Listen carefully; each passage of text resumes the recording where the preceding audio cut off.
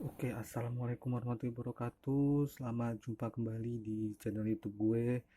Dan setelah lama ya nggak upload video, akhirnya gue kembali lagi. Dan kali ini kita bakal ngebahas seputar preview ya. Ini preview singkat mengenai UEFA Women's Champions League musim 2022-23 yang akan dimulai besok ya, mulai tanggal eh, 19 Oktober ya. Jadi setelah break selama hampir 5 bulan ya, akhirnya UEC bakal diadakan kembali. Dan gue yakin nih musim ini bakal lebih seru dari musim sebelumnya karena sekarang ini persaingannya rata banget ya. Jadi dari 16 tim yang lolos ke grup stage ini, masing-masing dari Italia, Inggris, Prancis, Jerman, dan Spanyol mengirimkan 2 wakil.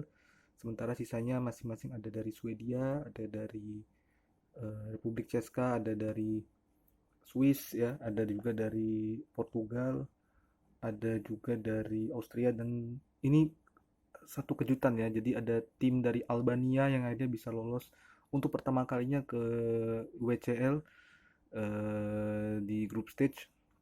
Dan juga kayaknya mungkin udah berapa tahun ya sejak klub dari Albania itu nggak pernah lolos UEFA Club Competition, baru sekarang bisa lolos lagi ya. Jadi langsung aja ya kita bahas. Ini ada 4 grup. Dan di grup A ini ada Chelsea, ada Paris Saint-Germain, ada Real Madrid, dan Vllaznia ya. Ini dari Albania, Vllaznia. Ini bisa dibilang adalah grup neraka pertama ya di kompetisi kali ini.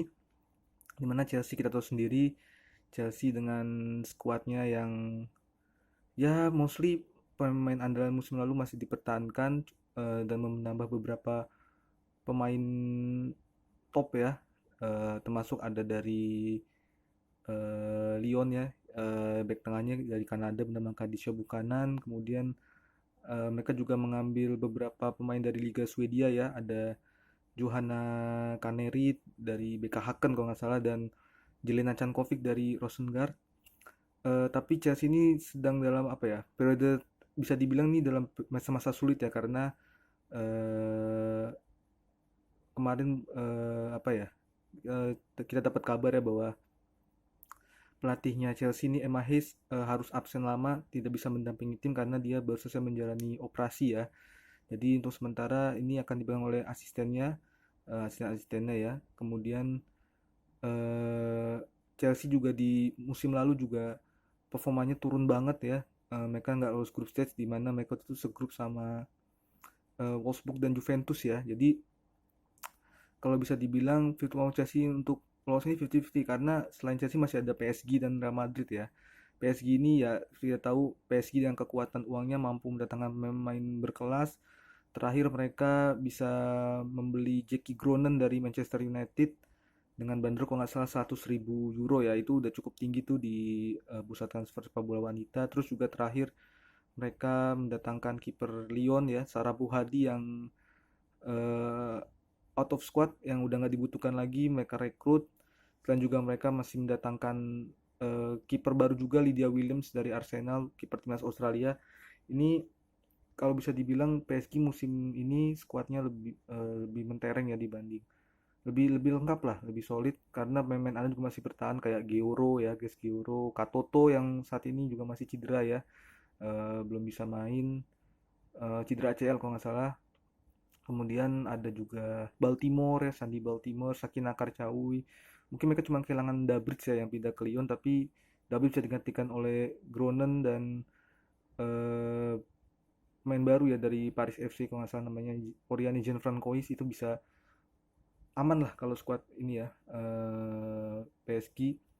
Kalau untuk Madrid sendiri, ini Madrid ini memang tim yang selalu diremehkan ya. Buktinya mereka ini dulu apa, kemarin-kemarin tuh digadang-gadang tidak lolos Liga Champion karena mereka 2 kali ketemu Manchester City, 2 kali murah mereka berhasil mengalahkan Manchester City di playoff dan akhirnya lolos ya. Dan juga dibanding skuad yang kemarin juga, skuad yang sekarang masih ya, masih di apa ya, masih mengandalkan Esther Gonzalez misalkan ya, atau kipernya Misa Rodriguez. Tapi baik beberapa pemain cabut juga, tapi eh, Madrid ini mendatangkan pemain menurutku brilian ya strateginya. Mereka mendatangkan Caroline Weir, pemain timnas Skotlandia yang sebelumnya main di Manchester City, dan dia juga yang kemarin mencetak gol ke gawang Madrid, ke gawang City, sorry, ke gawang City untuk meninggalkan City di kualifikasi. Tapi bisa dibilang Madrid ini bisa tampil mengejutkan sama seperti musim lalu ya, dimana tanpa diduga-duga mereka bisa lolos sampai ke perempat final setelah kalah dari seteru abadi Barcelona yang udah superior banget ya di Spanyol. Tapi peluang untuk mereka lolos mungkin masih ada ya di tahun ini. Dan satu lagi Flasnia, jujur gue nggak tahu sama sekali Flasnia ini tim seperti apa skuadnya, pelatih juga nggak tahu. Tiba-tiba mereka lolos aja ke group stage. Bagi mereka ya mungkin bisa dibilang udah prestasi ya, tapi kalau bagi gue di grup A ini flashnya yang akan jadi bulan-bulanan lumbung gol bagi ketiga tim di atas ya. Kalau untuk yang lo sendiri mungkin bisa dibilang peluangnya berimbang nih 50-50 antara Chelsea, Paris Saint-Germain atau Real Madrid ya. Chelsea ini memang sedang limbung habis ditinggal Emma Hayes, tapi mereka masih perform konsisten di Liga Inggris. Paris Saint-Germain juga di Liga mereka baru sekali seri ya lawan Paris FC, tapi skuadnya juga masih menjanjikan. Belum juga mereka ganti pelatih ya, mantan pelatih Lyon yang bawa Lyon juara Liga Champion dua tahun beruntun kalau nggak salah ya, 2 tahun beruntun ya, 2015 sampai 2017. Gerard Preceur ini juga udah veteran banget di sepak bola wanita terutama di Prancis. Real Madrid bisa tampil mengejutkan sama seperti tahun-tahun sebelumnya, tapi kalau gua rasa sih yang bakal lolos ke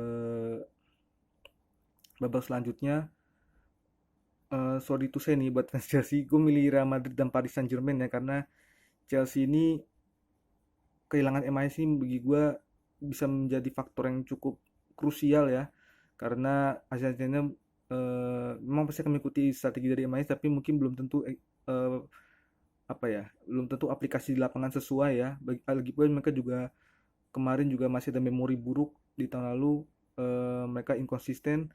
Gua rasa sih dengan konsistensi yang memadai ya, Paris Saint-Germain Real Madrid bakal lolos ke babak selanjutnya. Jadi Chelsea sayang sekali harus tersingkir. Mungkin bisa fighting dengan Madrid mungkin untuk runner up, tapi kalau untuk gue PSG dan Madrid ya. Terus di grup B ada Wolfsburg, ada Slavia Praha, ada Saint Polten dari Austria, dan ada Roma ya. Nah, Roma ini debutan ya di Liga Champions musim ini, dan Roma ini juga tampil mengejutkan karena mereka ini sebelumnya apa ya, nggak bisa dibilang mereka di Italia aja bukan kekuatan tradisional, tapi mereka mulai menanjak nih, mulai naik performanya semenjak Valentina Giacinti ini pindah ya ke Roma ya. Jadi hadirnya Valentina Giacinti ini benar-benar memberikan semangat baru, spirit baru, menjadi pemain andalan bagi Roma. Tapi untuk melawan Wolfsburg ya, Wolfsburg sih langsung peringkat satu kok kata gue ya. Ini grup yang sorry to say, bukan meremehkan yang lain, ini grup yang cukup mudah ya bagi Wolfsburg. Gue prediksi Wolfsburg bisa mengambil 18 poin ya di sini, bisa menandus, karena Wolfsburg kita tahu sendiri skuadnya adalah miniatur timnas Jerman ya, dimana baik sekali pemain timnas Jerman yang memperkuat tim ini. Juga ada beberapa pemain timnas Eropa lainnya lah ya, kayak Gilroy, kayak Longvis dari Swedia ya, kemudian juga ada Pajor dari Polandia, Jansen juga dari Belanda. Pokoknya ini Wolfsburg ini ya OTW juara grup lah, ini pasti lolos. Nah, sekarang di runner up-nya sendiri, kalau menurut gue sih runner up ini akan bersaing antara Slavia Praha dan Roma ya. Jadi Slavia Praha ini kekuatan tradisional juga di UEFA Champions League. Mereka sering banget lolos, tapi musim lalu mereka emang nggak lolos ya karena kalah di playoff. Tapi musim ini mereka kembali lagi, pasti mereka akan menunjukkan apa ya, uh, mereka akan dapat motivasi ya lebih ya, karena mereka ini udah lama banget gak main di Liga Champion. Pagi sekarang mereka pertama kali lolos group stage ya. Kemarin pas lolos kan mereka cuma langsung main di knockout stage. Bagi gue Slavia Praha ini tidak bisa diremehkan kekuatannya. Apalagi banyak didukung pemain timnas Cek apa Republik Ceska juga di sana ya, baik yang berkuat tim ini. Mungkin mereka akan saingan dengan Roma, karena waktu itu saya Saint Polten meskipun juara Liga Austria, gua rasa juga nggak akan bisa berkutik banyak ya.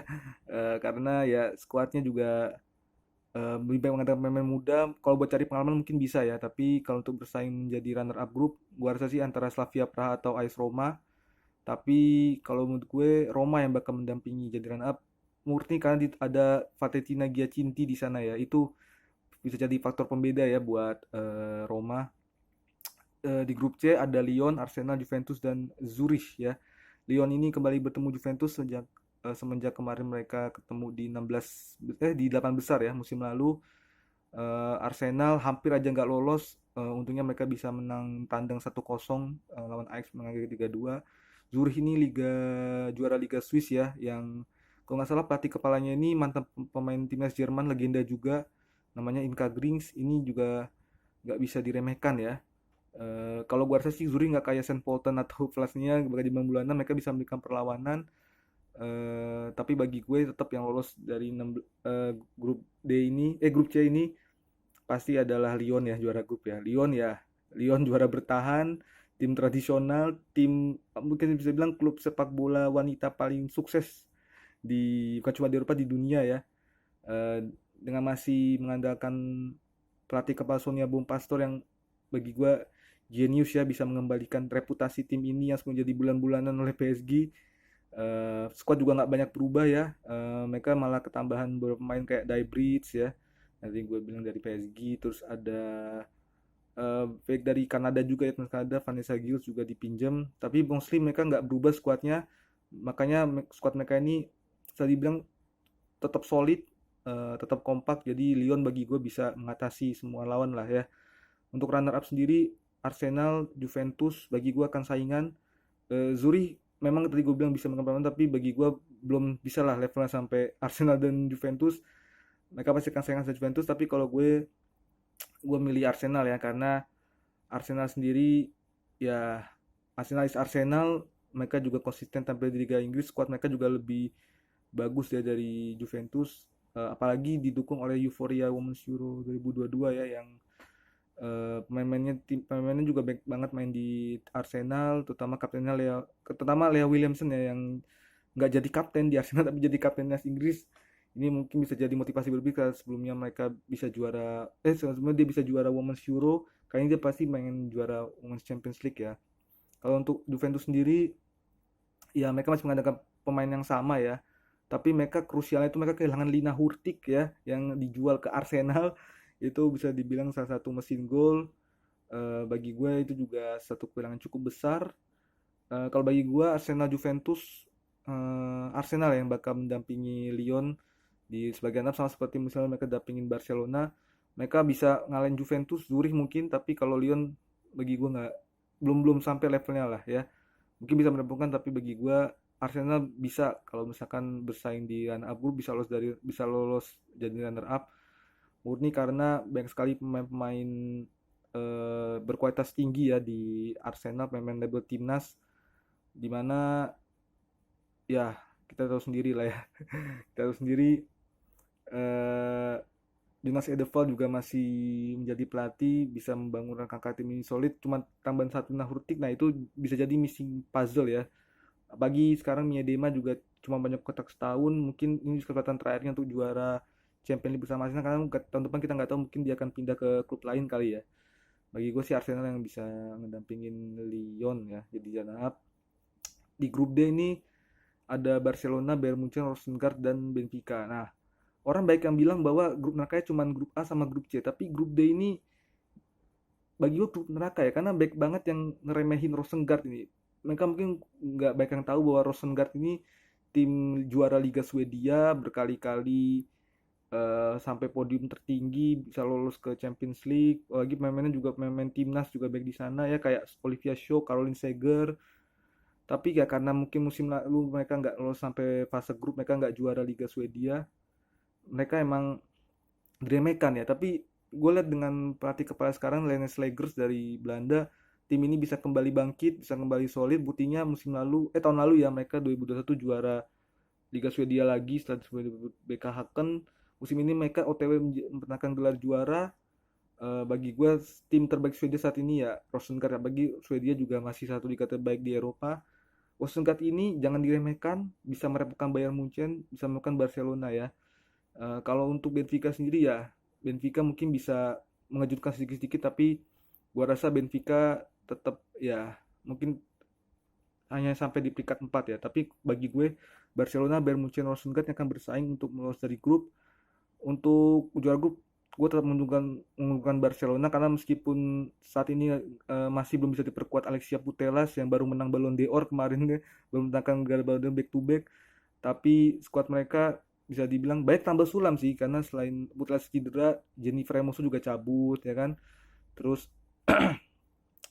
siapa lagi yang cabut ya? Baik yang putus kontrak juga kayak Andrea Pereira, Andrea Falcon, mereka pindah ke Liga Meksiko, tapi mereka bisa menambah itu semua dan kedatangan Lucy Bronze, kedatangan Geise Ferreira, kedatangan Nuria Rabano dari Sociedad, dan yang paling bisa menentukan menjadi faktor yang paling menentukan bagi Barcelona adalahnya playmaker baru ya bernama Kera Wolves yang dibeli dari Manchester City, memecahkan rekor transfer termahal sepak bola wanita sepanjang masa ya. Ini bisa jadi satu apa ya? Bisa jadi satu pembeda. Pagi dia juga langsung nyetel. Ya Barcelona is Barcelona, dengan pelatih yang masih sama Jonathan Giraldez, gue rasa Barcelona bisa lolos lah dari fase grup sebagai juara. Untuk runner sendiri ya Bonchen sama Rosengard bakal saingan. Kalau gue sih ngeliatnya ya, soal itu saya untuk Munchen, Rosengard yang bakal lolos sebagai runner up grup karena Bayern Munchen ini juga sekarang ini dipegang pelatih baru Alexander Strauss ya, mantan pelatih Brand kalau nggak salah ya, Brand Women yang juara Liga Norwegia, tapi dia ini masih adaptasi di liga juga masih inkonsisten ya, pagi back pemain yang cedera juga kayak kipernya Laura Backup belum bisa fit, itu juga baru kehilangan Julia Guin yang cedera ACL. Memang ketambahan beberapa pemain kayak Georgia Stanway ya dari Inggris, tapi gua rasa Bayern Munchen ini akan kesulitan untuk menghadapi Rosengard lagi Barcelona, bahkan mungkin bisa dibilang nggak apa ya, mungkin ada kemungkinan mereka nggak lulus grup ya. Jadi kalau untuk tim sendiri lebih solid, lebih kompak Rosengard ya. Rene Slagers sudah menunjukkan itu, dia bisa kembali memulihkan kepercayaan diri publik. Rosengard bisa membawa tim ini kembali konsisten ya, menjadi ratu di sepak bola wanita Swedia. Gua rasa yang menemani Barcelona nanti sebagian abdi grup D adalah Rosengard ya. Jadi grup A itu tadi ada Paris Saint-Germain, Real Madrid, grup B itu ada Wolfsburg dan Roma, grup C itu ada Lyon, Arsenal, dan grup D itu ada Barcelona sama Rosengard. Itu prediksi gua ya. Mungkin akan ada back yang nggak setuju, tapi ya kita tunggu aja lah. Musim ini gua rasa akan lebih seru dari sebelumnya. Dan buat teman-teman yang pengen nonton, jangan lupa bisa disaksikan di DAZN ya, di official YouTube channel DAZN, di DAZN UEFA Women's Champions League. Besok akan dimulai pertandingan pertama itu, udah langsung big match ya, ada Lyon versus Arsenal salah satunya. Jadi kalian bisa langsung pantengin di situ. Dan kita tunggu aja nih progres ke depan turnamen ini seperti apa, karena kalau misalkan turnamen ini lebih seru dari sebelumnya, nggak untuk kemungkinan bahwa uh, UCL ini bisa nambah tim ya di group stage, bisa jadi 24 atau bahkan 32 kayak di UCL, bahkan bisa tidak menutup kemungkinan akan ada UEFA Women's Europa League atau UEFA Women's Europa Conference kalau animo publik sepak bola terhadap sepak bola ini makin tinggi ya, bagi habis UEFA Women's Euro ya. Oke, itu aja dulu preview singkat dari gua. Terima kasih sudah menonton. Jangan lupa untuk selalu like, share, subscribe, dan komen. Bisa komen prediksi kalian untuk tim-tim yang bakal lolos dari grup A sampai grup D apa. Sampai jumpa di video berikutnya. Kalau ada bahas yang menarik lagi, mungkin gua akan buat video lagi. Tapi untuk saat ini sekian dulu. Itu aja. Wassalamualaikum warahmatullahi wabarakatuh.